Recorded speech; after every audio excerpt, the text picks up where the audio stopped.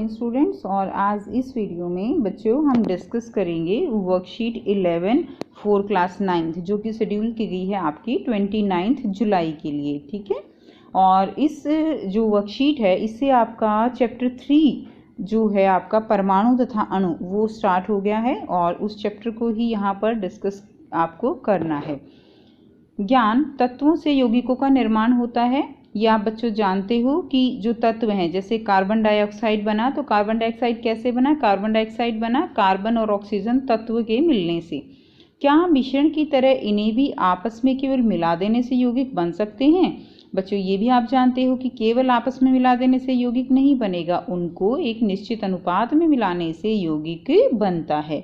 जिज्ञासा दीदी, नहीं, यौगिकों का निर्माण भिन्न तत्वों के आपस में केवल रासायनिक अभिक्रिया करने से होता है। तो बच्चों केवल मिलाने से जो है यौगिक नहीं बनता, एक रासायनिक अभिक्रिया होती है। जैसे C+O2 ये क्या बनता है? Carbon dioxide. और इसके अंदर जो कार्बन और ऑक्सीजन हैं ये एक निश्चित अनुपात में होंगे।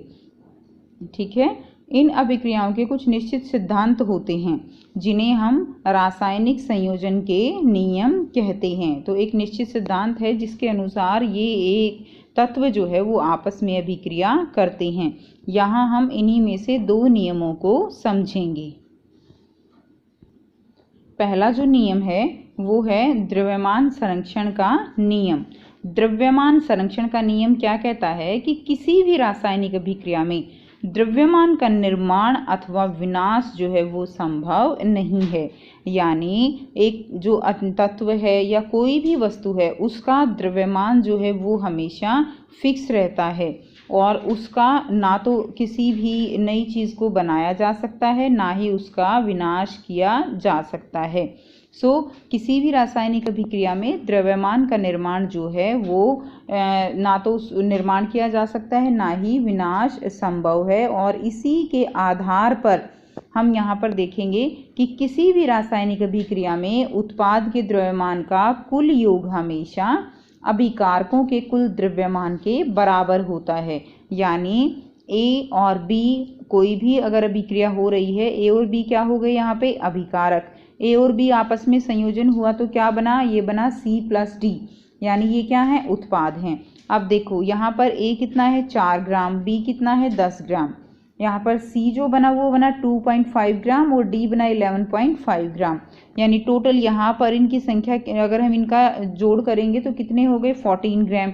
और यहाँ पर भी अगर आप देखोगे तो ये भी टोटल कितना है? 14 ग्राम।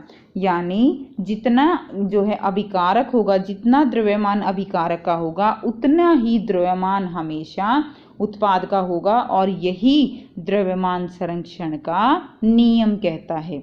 नेक्स्ट जो है स्थिर अनुपात का नियम क्या कहता है? किसी भी रासायनिक अभिक्रिया में बने यौगिक तत्व हमेशा एक निश्चित द्रव्यमान के अनुपात में विद्यमान होते हैं। ये हमने लास्ट वर्कशीट में भी बच्चों आपको समझाया था कि पानी अगर है तो उसका फॉर्मूला हमेशा वाटर का H2O ही रहेगा। ऐसा नहीं होगा कि एक जगह पर पानी का फॉर्मूला H2O है और दूसरी जगह पर वो चेंज हो जाएगा। ठीक है, यानी जो भी यौगिक बनेगा उसके तत्व हमेशा एक निश्चित द्रव्यमान के अनुपात में ही विद्यमान होते हैं। जैसे यहाँ से हाइड्रोजन की परमाणु जो संख्या है, परमाणु भार है, द्रव्यमान वो कितना होता है? वो जो है यहाँ पर 2 हाइड्रोजन है तो 2 हो जाएगा। एक हाइड्रोजन का परमाणु भार 1 होता है। यहाँ पर और ऑक्सीजन का कितना है? 16। तो अनुपात कितना हो गया? 1:8। यानी बच्चों जो पानी है वो हमेशा 1:8 के जो अनुपात है द्रव्यमान का उसी के अंदर एग्जिस्ट करेगा। इसके अलावा पानी का फॉर्मूला नहीं हो सकता। यौगिकों का निर्माण करने वाले तत्व स्थिर अनुपात में ही अभिक्रिया करेंगे। ठीक है, चाहे वह किसी भी स्थान पर हों या यौगिक किसी भी पद्धति से बनाए गए हों। कार्बन डाइऑक्साइड चाहे किसी भी तरीके से बनाई जाए उसका फॉर्मूला CO2 ही रहेगा। एक रासायनिक पदार्थ में बनने वाले तत्व सदैव अपने द्रव्यमान के एक स्थिर अनुपात में उपस्थित होते हैं।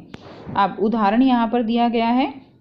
उदाहरण क्या है कि जो यौगिक है जल H2O का निर्माण करने के लिए हाइड्रोजन और ऑक्सीजन के तत्व अपने द्रव्यमानों के स्थिर अनुपात क्रमशः 1:8 में ही अभिक्रिया करते हैं। हम ये ऑलरेडी समझ चुके। जैसे 1 ग्राम हाइड्रोजन से जल बनाने के लिए हमें 8 ग्राम ऑक्सीजन की और 2 ग्राम हाइड्रोजन से जल बनाने के लिए केवल 16 ग्राम ऑक्सीजन की आवश्यकता पड़ेगी। यानी देखिए H2 प्लस O2, ठीक है। यहाँ से अगर यहाँ से जल बनता है तो क्या बनेगा, H2O, और यहाँ से आप इस रिएक्शन को संतुलित कर सकते हो। अगर यहाँ पर आप देखें तो 1 ग्राम हाइड्रोजन से जल बनाने के लिए कितने ग्राम के जो है ऑक्सीजन की ज़रूरत पड़ रही है, हमें 8 ग्राम की ऑक्सीजन जो है वो हमें यहाँ पर चाहिए, ठीक है। इसी तरह अगर हमारे पास 2 ग्राम हाइड्रोजन से जल बनाना है तो हमें कितनी चाहिए, 16 ग्राम हाइड्रोजन चाहिएगी, क्योंकि वो डबल हो जाएगा। और चाहे ऑक्सीजन की उपस्थित मात्रा कितनी भी हो, वैसे ही यौगिक कार्बन डाइऑक्साइड में कार्बन और ऑक्सीजन के जो द्रव्यमान का अनुपात है वो क्रमशः कितना होता है, वो होता है 3:8। 3:8 कैसे होगा, तो देखिए कार्बन डाइऑक्साइड है CO2। अब यहाँ पर कार्बन का जो द्रव्यमान होता है वो कितना होता है, 12। ऑक्सीजन का कितना हो गया, 16, और 2 है तो कितना हो गया, 32। अब यहाँ से अगर आप देखेंगे तो 4 से इसको करेंगे तो 4 3 जा एंड 4 8 जा, सो यहाँ पर कितना हो गया, 3:8 का अनुपात बच्चों यहाँ पर आ गया कार्बन डाइऑक्साइड में, ठीक है। सो कार्बन डाइऑक्साइड में अनुपात 3:8 का ही होगा। इसी तरह अमोनिया में नाइट्रोजन और हाइड्रोजन, अमोनिया का फॉर्मूला क्या होता है, अमोनिया का फॉर्मूला होता है NH3। नाइट्रोजन का द्रव्यमान कितना है यहाँ पर 14, और हाइड्रोजन का कितना हो जाएगा 3, ठीक है। तो यहाँ पर द्रव्यमान 14:3 का रेशियो जो है यहाँ पर अनुपात आपको मिलता है। अब यहाँ पर कुछ क्वेश्चन दिए गए हैं जो कि आपको जो है खुद को जांचना है। तो बच्चों देखिए, रासायनिक संयोजन के 2 नियम लिखिए। अभी अभी आपने पढ़ा, एक तो क्या नियम होता है, निश्चित अनुपात का नियम है, और दूसरा द्रव्यमान संरक्षण का नियम है। परिभाषा ऊपर दी गई है, वहां से आप लिख सकते हो।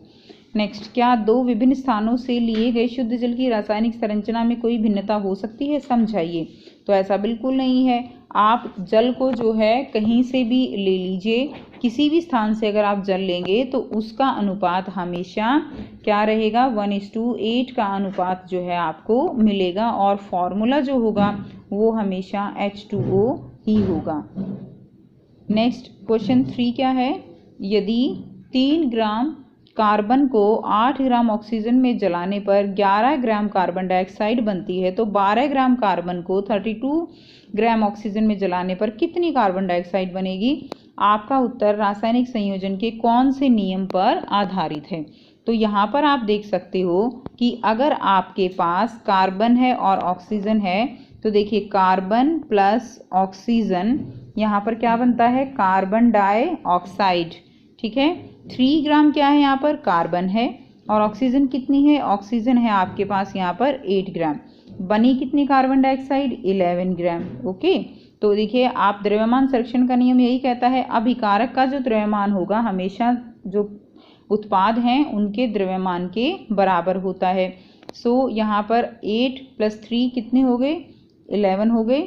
और इसी तरह आपको जो आगे कह रहा है 12 ग्राम कार्बन को 32 ग्राम ऑक्सीजन, अब आपको कितनी है, कार्बन 12 ग्राम है, ऑक्सीजन आपके पास कितनी है, 32 ग्राम है। तो यहाँ से आप निकाल सकते हो टोटल कितना हो जाएगा, ठीक है, 44 ग्राम यहाँ से आपको कार्बन डाइऑक्साइड गैस मिलेगी।